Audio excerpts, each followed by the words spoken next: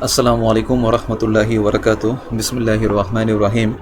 Welcome to today's physics class. Today is the sixth class on the chapter 7, Waves and Sound, and today is also the last class. In the previous fifth class, we have an idea about reflection of sound, and reflection of sound can produce either one of the two effects called reverberation and echo. And we have also determined the minimum distance to hear echo at 0 degrees Celsius temperature, that is 16.5 meter, and at 20 degrees Celsius it increases to 17.1 meter. And we have also known how does bat fly in the dark by a process called echolocation, and the factors affecting the velocity of sound. We have understood the effects of temperature, humidity, density of the medium, stiffness, rigidity, etc. In today's class, sixth class, inshallah, we will discuss about the uses of ultrasonic sounds. Special uses are 3D seismic survey and use of ultrasound in ultrasound cleaners. And we will also discuss about three notable characteristics of musical sound. They are sound intensity, pitch, and timbre. Timbre is also known as quality or tone color. Then we will discuss about types of musical instruments. In your book there are three types of musical instruments mentioned, but there are actually 5 types of musical instruments. Inshallah, we will discuss about them, and we will inshallah learn how to calculate the sound intensity level in unit of decibels, and we will know about sound pollution, what are the causes and how to get rid of it.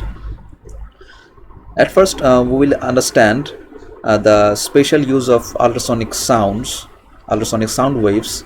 The first example is 3D seismic survey. So what is 3D seismic survey? Three-dimensional seismic survey that is used for the exploration of gas or oil or valuable minerals inside the earth. So for exploration purpose, this survey method is used. What is the principle behind this mechanism, behind this process? We know there are different layers of rock and petroleum fuels present in the earth's crust, and there's different types of rocks layers have different patterns and amount of absorption, reflection, and refraction to the ultrasonic sound waves. Some rock layers absorbs more amount of ultrasonic sound, while some rock layers reflects most of the sounds from the layer. So scientists have the information about the absorptivity, reflectivity, or refractivity of different rock layers or petroleum fuels. So as they have knowledge of it, what they do, they can produce a thump or a big vibration on the earth's surface, or they can make a blast inside the earth's crust. So what will happen? It will produce a big amount of ultrasonic sound waves, and the sound waves will return from the interfaces of different rock layers or petroleum fuel layers.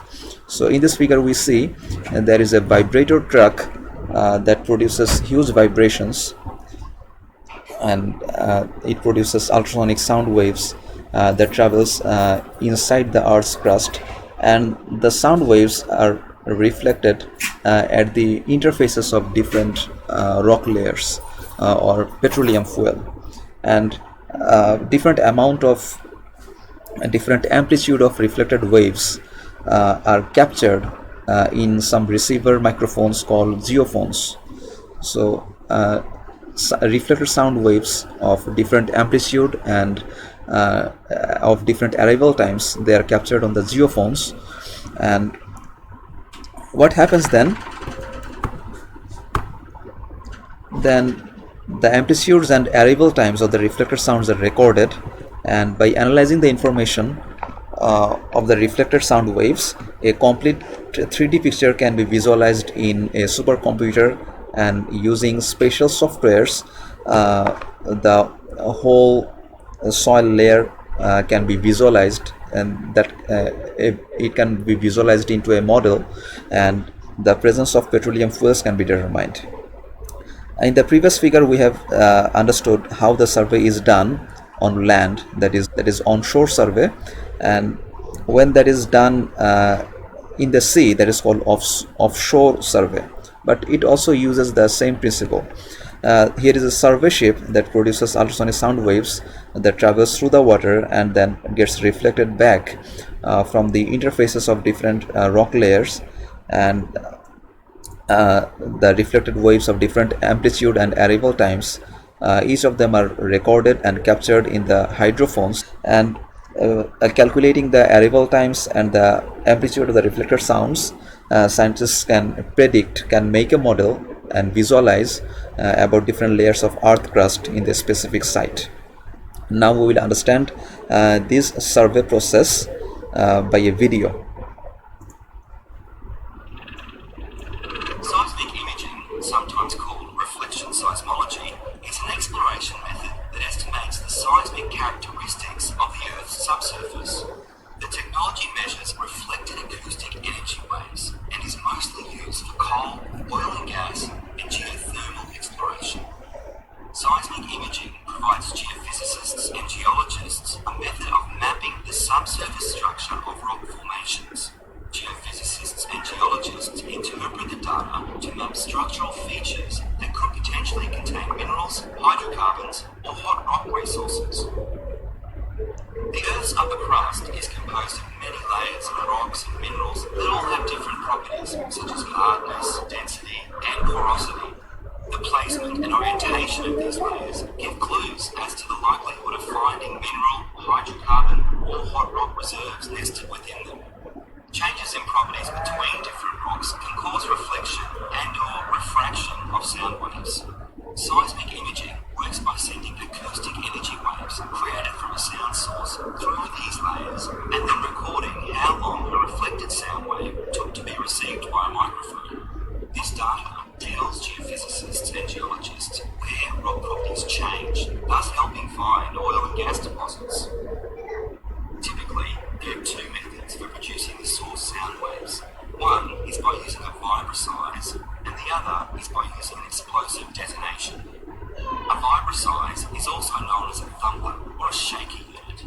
It is a large hydraulic ram that is fitted to a special truck.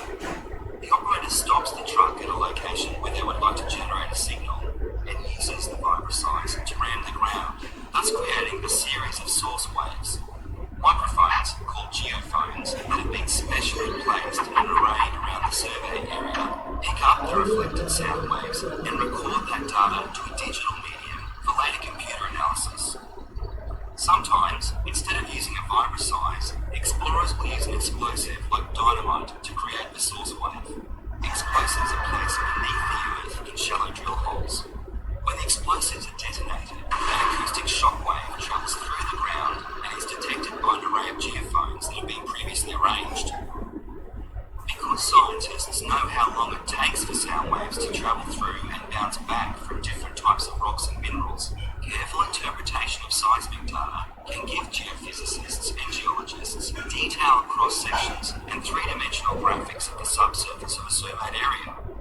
This can help them find mineral, hydrocarbon, and hot rock resource deposits. Now we will understand how ultrasound cleaners work. Ultrasound cleaners are used to clean small instruments, delicate instruments like electronic circuits or jewelry. Ultrasonic sound waves are produced inside the ultrasound cleaner, where the high energy waves contain enough energy to remove the dirt from the surface. Here we can use this ultrasound cleaner for various purposes. We can use it for cleaning of cloths or even different engine materials. Most often, along with water, some amount of liquid solution is used to speed up the cleaning process.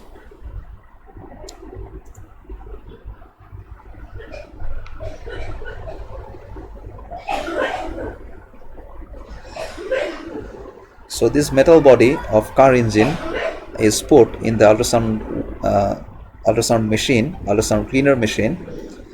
So what happens, the high energy waves cleans the dirt, removes the dirt from the surface, and after several amount of time, for example 15 minutes or 30 minutes or 1 hour time interval, the surface becomes cleaned.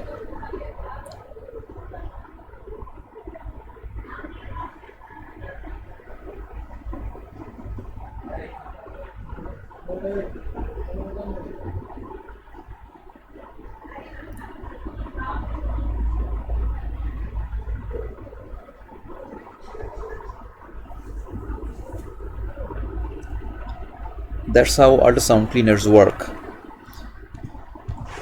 Now we will understand how longitudinal sound waves can be represented as transverse pressure graph. We all know that sound wave is a longitudinal wave that is produced by compression and rarefaction. But this longitudinal sound wave can be represented as a pressure graph, which pressure graph is transverse in nature. We know that sound is a longitudinal wave, and sound waves move in a medium as a series of compressions and rarefactions. We can also represent sound waves simultaneously in a density or pressure graph. Compressions, as we know, are the regions where the particles are crowded together. These regions are represented by the upper portion of the curve. The peak represents the region of maximum compression. Thus, compressions are the regions where the density as well as the pressure is high. Rarefactions are the regions where the particles are spread apart and are represented by the valley, that is, the lower portion of the curve in the figure. Here also, the extreme bottom point represents the region of maximum rarefaction.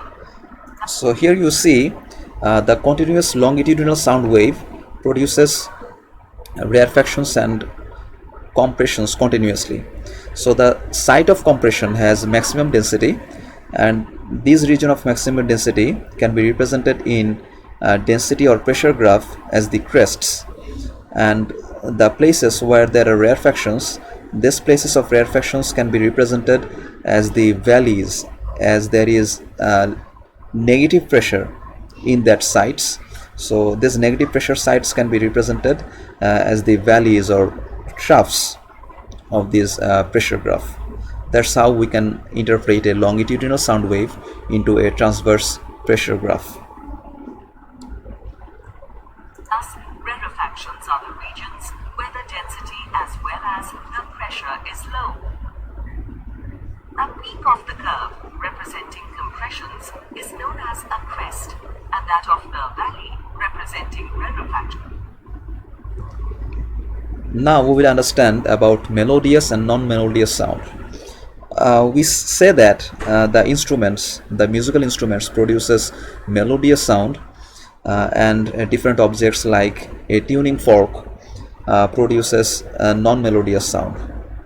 So what are the characteristics of melodious and non-melodious sound? Let's analyze. The sound which is more pleasant to hear is said to be of a rich quality.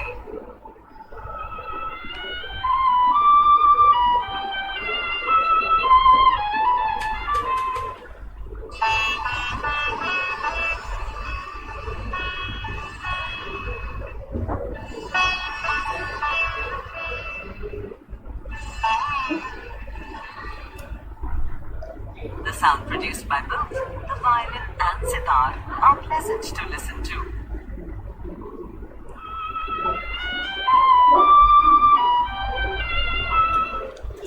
So we can draw a pressure graph from the sound waves of a violin. Thus, these sounds are of rich quality. On the other hand, the sound produced by a tuning fork is not pleasant to hear. So this is the pressure graph produced from the sound of a tuning fork. So this is not pleasant to hear at. So this is not. This is a non-melodious sound. So the tuning fork produces non-melodious sound. And hence is of poor quality. In your book, there is a figure 7.14 that represents the pressure graphs of sound waves produced from different musical instruments. Here we see these are the pressure graphs produced from the sounds from the instruments violin, trumpet, flute, and second flute. So here we see all of the instruments have a particular characteristic pressure graph or sound wave as their nature. So each of the pressure graph is different from each other.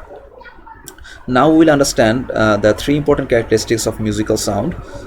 They are sound intensity and sound pitch and sound timbre. That is also called, timbre is also called quality or tone color. Now inshallah we will understand about all of these important characteristics in detail. At first, what is called sound intensity? Sound intensity is the measure how loud a sound is. In technical terms, the energy transported by a sound wave per second per unit area is called the intensity of that sound. So the formula is I equals to P by A. That means intensity equals to the sound power divided by the surface area through which the sound is being transported. So instead of area, we can write 4 pi r square. So how we can write 4 pi r square? See this example. Here we say that at the point P there is a sound source. This sound source is constantly producing sound, and that the sound is being propagated to all directions, and at distance of r meter there will be there will be an imaginary sphere through which the sound is propagating. So this imaginary sphere has a surface area of 4 pi r square. That means if the distance is r, then the sound is distributed to a surface area of 4 pi r square. That is why we are putting the value 4 pi r square instead of surface area. And if you go away further from the sound source, if the distance r increases, then what will happen?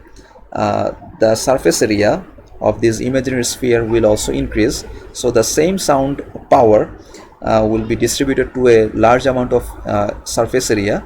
That's why the sound intensity will decrease. So if you increase the distance by 3 times, then the sound intensity will be 1/9 of the previous. That's why we say the sound intensity follows the inverse square law. And the SI unit of sound intensity is watt per meter square. And the sound intensity should not be confused with loudness. Loudness is the perception of intensity of sound that varies from person to person. And the sound intensity has a relation with amplitude. As we know from the previous classes, sound energy is proportional to the square of amplitude, that is E proportional A square. And the sound intensity is also proportional to the square of amplitude, because sound intensity has a relation with sound power, that has also relation with sound energy, that has also relation with amplitude. That's why indirectly sound intensity is also proportional to the square of amplitude. Here we see this small bird producing a sound of low amplitude, that is why the sound intensity is low, while this bird is producing sound waves of high amplitude. That is why the sound intensity is now very much louder. Let's see this video. If we strike a drum with lesser force, that is, if we strike a drum lightly, we hear a soft sound, as the sound produced is of low amplitude. However, if we strike the drum with more force, that is, if we strike the drum hard, we hear a loud sound, because in this case, the sound waves have large amplitude. Hence, the amplitude of the sound wave determines the loudness or softness of sound. Now we will understand about sound pitch. Sound pitch is an auditory sensation of a sound wave based on the perception of its frequency. With the increase of frequency, the pitch becomes higher, so the sound senses to us to be shriller. and if the frequency is lower, then the pitch also senses to be lower, and the sound is sensed as a dull sound. Frequency is interpreted by our brain as pitch. So pitch is the sensation, is the interpretation in our brain. It is the pitch that makes us differentiate the frequency of two sounds. To understand this, let us consider these two sounds: blowing of a whistle and cooing of a cuckoo bird.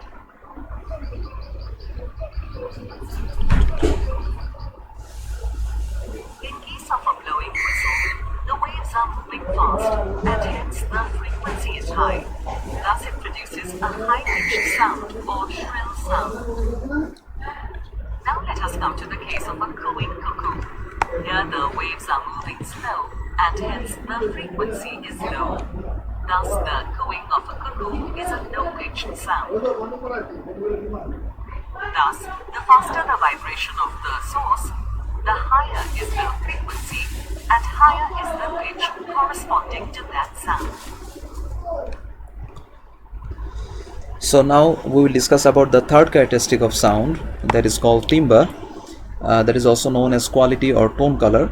So what is timbre or quality?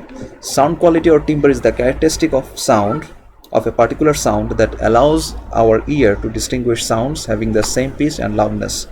That means each of the sounds produced from the particular instrument has a particular timbre or quality that allows us to distinguish between two different sounds produced from two different instruments, though they may have the same pitch and same loudness. For example, this is a guitar and this is a banjo. These two instruments are played on the same pitch and same loudness, the same note, but we can understand the differences between these two sounds. Let's hear part of the opening of that tune.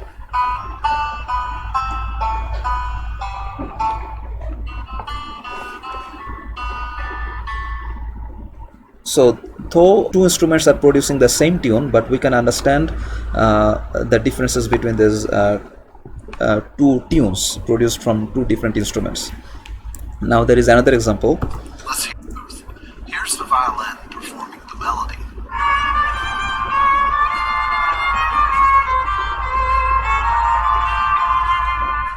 And here's the trumpet version.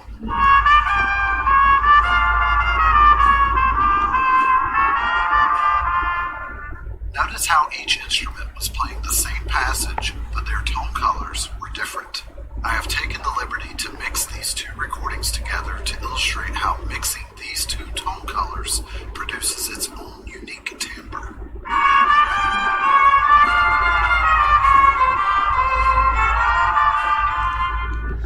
So if you have a good ear on music, then you will be able to distinguish between the two sounds produced from two different instruments, as there is violin and there is trumpet.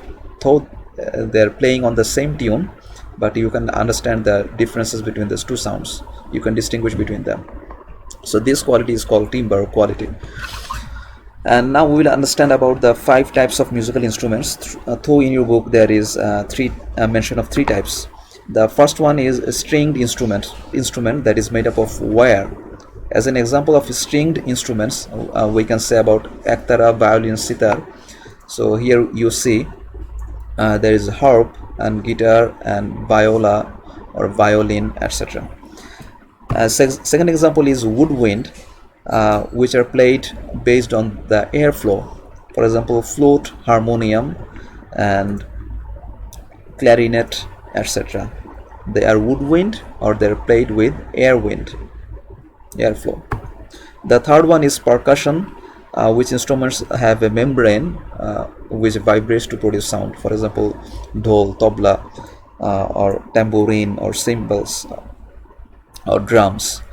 The fourth one is brass type instrument, for example trumpet or horn. Here you see the trumpet and the horn.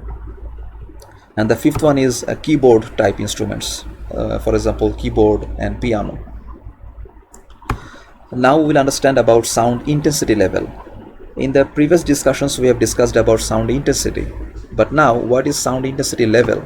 Sound intensity level is a measure of sound intensity relative to the lowest perceivable sound intensity of humans. So that is a ratio or calculation between sound intensity of a sound divided by the lowest perceivable sound intensity by humans.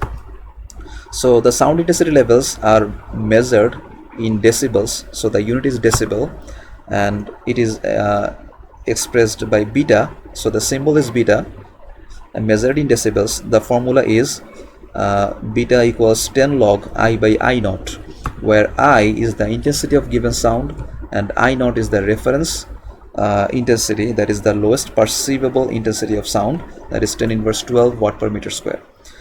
That means 10 inverse 12 watt per meter square of a sound of 1000 hertz is the lowest perceivable sound by human ear. Now we will have a calculation of sound intensity level produced by television. Here is a problem. Calculate the sound intensity level of television at decibels while the sound intensity is 10 inverse 7 watt per meter square. So the sound intensity produced from a television is 10 inverse 7 watt per meter square. Now we have to calculate the sound intensity level. So as we know, the given information are the sound intensity of television is 10 inverse 7 watt per meter square, and the reference intensity, the lowest sound intensity we know, 10 inverse 12 watt per meter square, and we know the formula beta equals 10 log I by I naught. So beta equals 10 log, then we put the values of I and I naught, then we have a value 10 log 10 power 5, and log 10 power 5 equals to 5, so 10 times 5 equals to 50 decibels. So we can understand that the sound intensity level produced from television is about 50 decibels. So there is a table in your book, table 7.02, that refers to the intensity of sound from different sources. For example, television produces 50 to 60 decibels of sound, car produces much more than that, and jet engine produces a huge intensity of sound that is unbearable for our human ear. And there is a matter of fact that if there is an increase of 10 decibels of sound intensity level, that means the sound intensity has increased by 10 times. So if there is 10 decibels increase of sound intensity level, there is also 10 times increase in the sound intensity of the source. Now we will discuss about sound pollution. We know about that from the primary classes, what is called sound pollution, when sounds from different sources become unbearable and injurious for human health, that is called sound pollution. And what are the sources? Sources are like industries, mic, horn of vehicles, etc. And how to reduce sound pollution, what we have to do? At first we should make public awareness, and we should discourage people to use loudspeakers, mics, fireworks and bang sticks, and we should avoid unnecessary use of car horns, and we should use low sound producing engines. For example, we should use such cars which engines are good and produces low noise, and we should install noise absorber systems inside our industries, and we should plant trees at the periphery of the factories or industries, so that planted trees can act as a natural noise absorber system. And the industries and airports that are located in the residential area should be relocated far away from these places. So let's revise what we have learned today. We have learned about the uses of ultrasonic sounds. First important use is the 3D seismic survey, and the second important use is ultrasonic use of ultrasound waves in the ultrasound cleaner. And we have also discussed about the characteristics of musical sound. The first one is sound intensity, the second one is pitch, and that is the result of frequency, and third one is timbre or quality or tone color, and we have also discussed about 5 types of musical instruments, and we have learned how to calculate the sound intensity level. We have performed a calculation on a problem, and we have also understood what is sound pollution, what are the sources, and how to get remedy of it. So at the end of today's class, you have a homework: describe the procedure of 3-dimensional seismic survey. You can take information from your book, or you can take the help of information from internet. So at the end of today's class, the class ends here, and the chapter also is closed here. So সবাই ভালো থেকো ইনশাআল্লাহ। সুবহানাকা আল্লাহুম্মা ওয়া বিহামদিকা আশহাদু আল্লা ইলাহা ইল্লা আনতা আস্তাগফিরুকা ওয়া আতুবু ইলাইক। আসসালামু আলাইকুম ওয়া রাহমাতুল্লাহি ওয়া বারাকাতুহু।